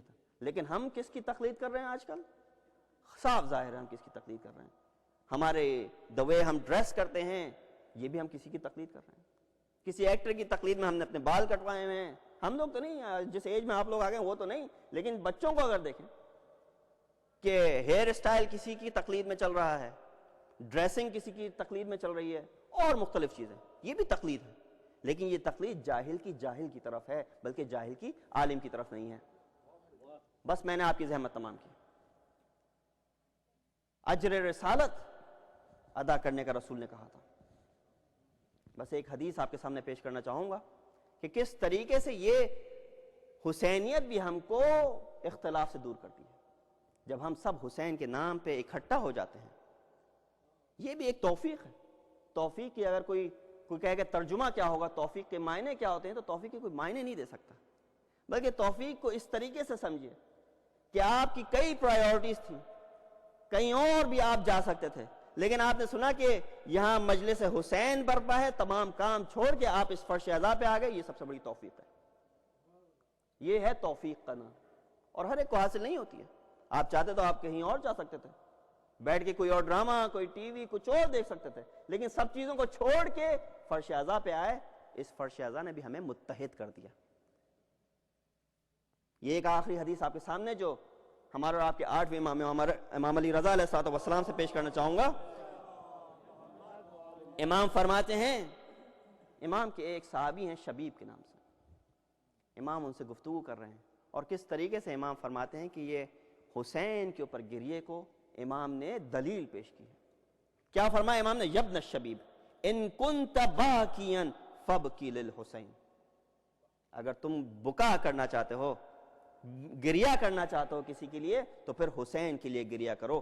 فَإِنَّهُ ذُبِحَ كَمَا يُذْبَحُ الْكَبْشُ, کیونکہ ان کو ذبح کیا گیا ایسے ہی کہ جیسے بھیڑ بکریوں کو ذبح کیا جاتا ہے. وَقُتِلَ مَعَهُ مِنْ أَهْلِ بَيْتِهِ 18 رَجُلًا, اور ان کے ساتھ 18 ان کے اہل بیت کے جوانوں کو قتل کیا گیا. مَا لَهُمْ فِي الْأَرْضِ شَبِيهُونَ, اور جن کا کوئی شبیہ نہیں تھا اس دنیا میں. وَلَقَدْ بَكَتِ السَّمَاوَاتُ سَبْعٌ وَالْأَرْضُونَ لِقَتْلِهِ, اور یقیناً 7 آسمانوں نے اور زمینوں نے امام کے لیے گریا کیا. اور یہ چیز آج تک ڈاکیومنٹڈ ہے. سن 61 ہجری میں جب یہ واقعہ ہوا ہے, آپ جا کے اینگلو سیکسنز کی اگر ہسٹری کو مطالعہ کریں تو اس وقت سن 680 میں جب یہ واقعہ ہوا ہے اور 61 ہجری اسلامک لحاظ سے, تو آپ کو یہ ملے گا کہ خون کی بارش ہوئی ہے. ہر چیز نے گریا کیا ہے امام کی خاطر. فرمایا ان قال یا ابن شبیب ان بقیت علی الحسین حتی تصیر دموعک علی خدیک غفر اللہ لک کل ذنب اذنبت, اگر تم نے حسین کے لیے گریا کیا اور تمہارے آنسو تمہارے خدیک تمہارے گالوں تک آ گئے, غفر اللہ لک کل ذنب اذنبت, خدا تمہارے تمام گناہوں کو معاف کر دے گا, مغفرت فرما دے گا. صغیراً کان او کبیراً, چاہے وہ گناہ صغیر ہو چاہے وہ گناہ کبیر ہو. قلیلاً کان او کثیراً, چاہے وہ گناہ کم ہو چاہے وہ گناہ کثیر تعداد میں ہو. یا ابن شبیب ان سرک ان تلق اللہ عز وجل ولا ذنب علیک, اور اگر چاہتے ہو کہ خدا سے ملاقات کرو ایسی حالت میں کہ تمہارا کوئی گناہ باقی نہ رہا ہو, فزر الحسین علیہ السلام, تو پھر حسین کی زیارت کے لیے جاؤ. شبیب فرمایا یا ابن شبیب ان سرک ان تسکن الغرف المبنیہ فی الجنت مع النبی, اگر تم چاہتے ہو تمہارے لیے بھی نبی کے ساتھ ایسے غرفے بنا دیے جائیں, مبنیہ جو جنت میں تمہارے لیے غرفے اور گھر بنا دیا جائے, نبی کے ساتھ اگر تم چاہتے ہو رہنا, فلعن قتلت الحسین, تو پھر حسین کے قاتلوں کو پر لعنت بھیجو. یا ابن شبیب ان سرک ان یکون لک من الثواب مثل ما لمن استشہد مع الحسین, شبیب اگر چاہتے ہو کہ تمہیں بھی وہی ثواب مل جائے جو ان شہیدوں کو ملا جنہوں نے امام کے ساتھ شہادت پائی, تو کیا فرمایا, فقل متا ذکرتہ یا لیتنی کنت معہم فافوز فوزا عظیما, تو پھر اس ذکر کو دائماً اپنی زبان پہ جاری رکھو کہ اے کاش ہم بھی آپ کے ساتھ ہوتے اور اس فوز عظیم تک پہنچ پاتے. یا ابن شبیب ان سرک ان تکون معنا فی الدرجات العلی من الجنان, اگر تم چاہتے ہو کہ ہمارے ساتھ تمہارے بھی درجات جنت میں بلند و بالا ہوں, تو کیا فرمایا, فحزن لحزننا, فحزن لحزننا, تو پھر ہمارے حزن کے اوپر ہماری مصیبت کے اوپر تم بھی مصیبت اختیار کرو اور تم بھی گریا کرو اور تم بھی حزن اختیار کرو. وفرح لفرحنا, اور ہماری خوشیوں میں تم بھی خوش نظر آؤ. وعلیک بولایتنا فلو ان رجلا احب حجرا لحشرہ اللہ معہ یوم القیامہ, کیونکہ خدا تو خود یہ کہتا ہے کہ اگر انسان کسی پتھر سے بھی محبت کر لے تو خدا قیامت کے دن اس کو اس پتھر کے ساتھ ہی محشور کرے گا. تو یہ تو پھر ہماری محبت کا تقاضا ہے جو ہم محبت تم سے چاہ رہے ہیں. رسول بھی اسی بات کو کہتے ہوئے اس دنیا سے گئے. کیا فرمایا, صرف اور صرف اجر رسالت کس طریقے سے چاہی, مودت کے ذریعے چاہی. اور مودت دیکھیے آپ آ کے کربلا سے جب یہ قافلہ چلا ہے کوفے کی جانب, اب کوفے اور شام کے درمیان اس قافلے کے پاس جو چیزیں ہیں اور جس طریقے سے یہ قافلہ گزر رہا ہے, جو مصیبتیں آ رہی ہیں, کیا اس امت نے اجر رسالت ادا کیا؟ ہم اور آپ سے بھی یہی سوال ہوگا کہ اجر رسالت ادا کرنا ہے, اجر رسالت اس گریے کے ذریعے ادا کرو یا کسی اور طریقے سے ادا کرو, بالآخر اجر رسالت ادا کرنا ہے. یہ رسول کی امت والے کیسے لوگ ہیں, کیسے اجر رسالت ادا کی. جناب ام کلثوم کا یہ فقرہ شام میں داخل ہونے سے پہلے کیا فرماتی ہیں, کہتی ہیں اے لعینوں ہمیں ایسی جگہ سے داخل کرنا جہاں زیادہ تماشبین نہ ہو تاکہ وہ ہمارے چہروں پہ نگاہ نہ ڈالے, ہمارے بے پردہ سروں پہ نگاہ نہ ڈالے. لیکن جناب ام کلثوم کی یہ خواہش بھی پوری نہ کی, یہ اجر رسالت ادا کیا. بس ایک اور واقعہ اور آپ کی زحمت تمام. یہ قافلہ بڑے انتظام کے ساتھ شام میں وارد کیا جاتا ہے. رسول کے ایک صحابی ہیں, ان کا نام ہے سہل ابن سعد. وہ جب واپس آتے ہیں مکے سے حج کرتے ہوئے, داخل ہوتے ہیں شام میں, دیکھتے ہیں ہر جگہ خوشیاں منائی جا رہی ہیں, پورے شہر کو سجایا گیا ہے. کہتے ہیں کہ یا شامیوں کی کوئی ایسی عید بھی ہے جس سے ہم واقف نہیں. آتے ہیں ایک شخص کے پاس, پوچھتے ہیں کہ کیا کوئی عید کا موقع ہے, کیوں اتنی خوشیاں منائی جا رہی ہیں؟ پتہ چلا کسی نے کہا کیا تمہیں پتہ نہیں ہے نواسہ رسول کو کربلا میں شہید کر دیا گیا, اب ان کے اسیروں کو لے کے آیا جا رہا ہے, اس لیے یہ اتنا سجایا ہوا ہے شہر کو. ہر ایک کو عید کی طرح خوشیاں منانے کا حکم دیا گیا ہے. کہا نبی کے نواسے کو شہید کر دیا, کس دروازے سے آ رہے ہیں؟ کہا باب الساعة سے یہ قافلہ داخل ہوگا. باب الساعد کی طرف جاتے ہیں سال, وہاں پہنچتے ہیں, کیا دیکھتے ہیں کہ ایک قافلہ لٹا ہوا آ رہا ہے. چند سر نیزوں کے اوپر بلند ہیں اور کچھ بیبیاں بے کجاوا اونٹوں کے اوپر سوار ہیں. سال کی آنکھ نہیں اٹھتی, فوراً زمین پہ آنکھوں کو گرا دیتے ہیں. ایک کم سن بچی کے پاس آئے, یہ بچی کون ہے؟ سکینہ ہے. آ کے کہا سکینہ سے کہ میں نبی کا صحابی ہوں, کوئی ایسا کام جو میں آپ کی خاطر کر سکوں. دیکھیے یہ ننھی سی بچی, اس کی گزارش کیا ہے؟ کہا اگر کچھ کرنا چاہتے ہو تو ان لائنوں سے کہو کہ شہداء کے سروں کو آگے لے جائیں تاکہ لوگ ان کے سروں کو تماشا کریں, شہداء کو دیکھنے میں مشغول ہو جائیں تاکہ ان کی نظریں ہمارے بے پردہ سروں سے ہٹ جائیں. اِنَّا اللَّهِ وَإِنَّا إِلَيْهِ رَاجِعُونَ. وَسَيَعْلَمُ الَّذِينَ ظَلَمُوا أَيَّ مُنقَلِبٍ يَنقَلِبُونَ. بار الہ ہماری سے بات قبول فرما, گناہ گار ہمارے گناہوں سے درگزر فرما, ہمیں اہل بیت علیہ السلام کے نقش قدم پر چلنے کی توفیق عطا فرما, ہمیں ان کی تعلیمات پر عمل کرنے کی توفیق عطا فرما, ہمارے امام کے ظہور میں تعجیل فرما, ہمیں ان کے اعوان و انصار میں شمار کر. ربنا تقبل منا انک سمیع العلیم. ماتم حسین.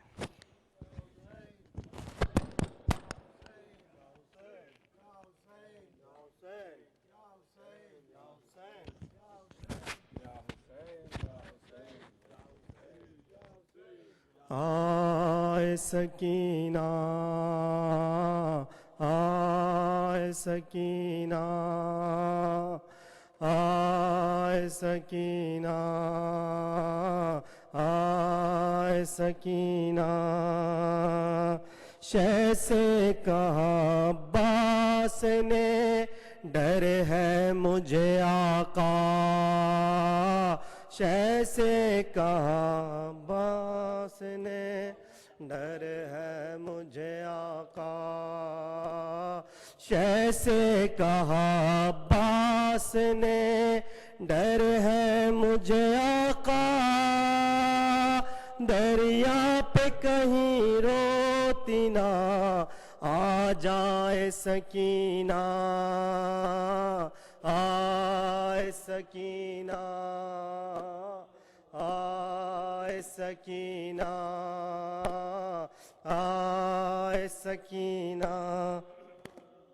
لاشیں سے صدا آتی تھی ہم بھی نہ پئیں گے, لاشیں سے صدا ہم بھی نہ پئیں گے, لاشیں سے صدا آتی تھی ہم بھی نہ پئیں گے. جب تک تمہیں پانی نہیں مل جائے سکینہ, آئے سکینہ, آئے سکینہ, آئے سکینہ. مجبور ہیں بازو بھی نہیں تم ہی بتاؤ, مجبور ہیں بازو بھی نہیں تم ہی بتاؤ. مجبور ہیں بازو بھی نہیں، تم ہی بتاؤ کس طرح سے امو تمہیں بہلائے سکینہ، آئے سکینہ، آئے سکینہ، آئے سکینہ، آ جائیے یوں زا جائے عباس پکاری، آ جائیے یوں زا عباس پکاری،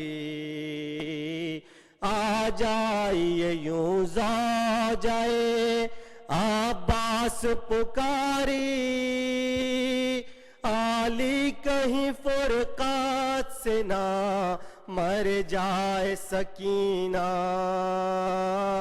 آئے سکینہ، آئے سکینہ، آئے لاشیں سے صدا آتی تھی ہم بھی نہ پئیں گے،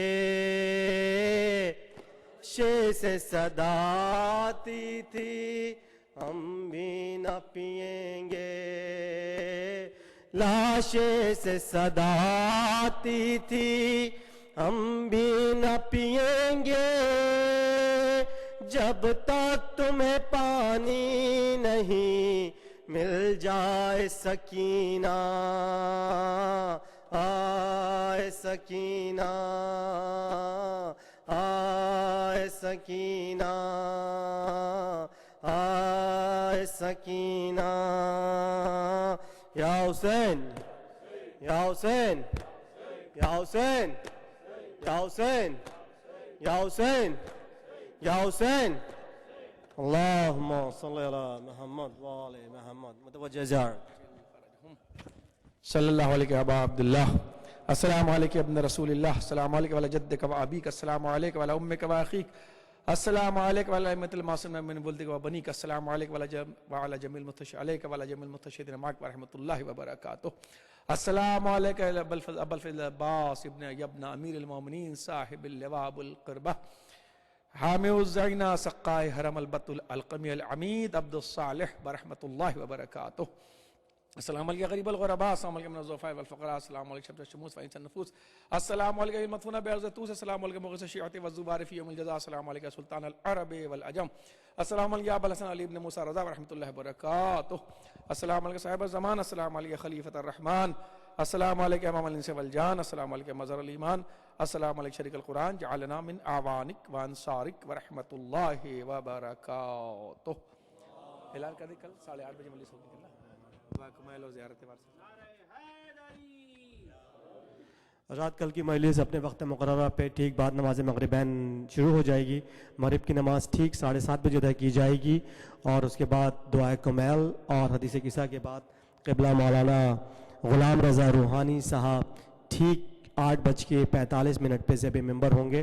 تمام مومنین اور مومنات سے پابندی وقت کے ساتھ شرکت کی گزارش ہے۔